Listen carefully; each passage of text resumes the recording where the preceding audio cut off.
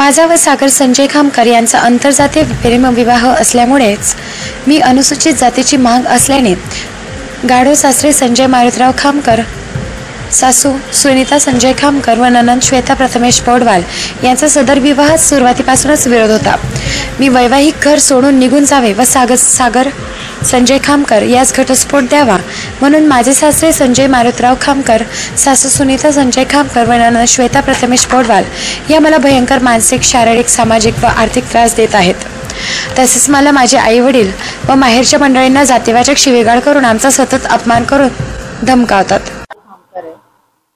माझं लग्न सागर खामकर यांशी झालं आणि हा जो इन्सिडेंट आहे तर माझं घर सोडून हे महिला गुंड घरी बसलेले आहेत आणि आजपर्यंत मला त्रास देत आहेत, तर त्याच्यावरती कारवाई व्हावी आणि हेच माझं मागणं आहे की मला न्याय मिळावा। तुम्हाला काय त्रास होत होता तिकडे? किती वर्ष झाली हा त्रास आहे तुम्हाला? हा मला लग्न झाल्यापासून आहे, 10-12 वर्ष झाली। आता तुमची मागणी काय आहे? माझी हीच मागणी आहे की जे गुन्हेगार आहेत त्यांना अटक व्हावी आणि मला माझ्या घरामध्ये राहून व्यवस्थित नॉर्मल लाईफ जगावी।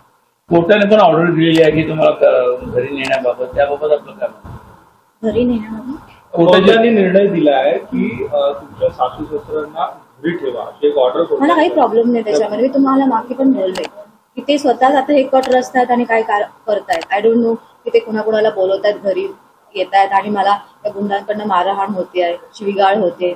मला माझे सासरे संजय मारुतराव खामकर, सासू सुनीता संजय खामकर व ननंद श्वेता प्रथमेश पौडवाल यांच्याकडून होणारा त्रास असह्य झाल्यामुळे महिलांची कौटुंबिक हिंसाचारापासून संरक्षण अधिनियम 2005 च्या तरतुदी अन्वये माननीय न्यायालयात अर्ज सादर केला।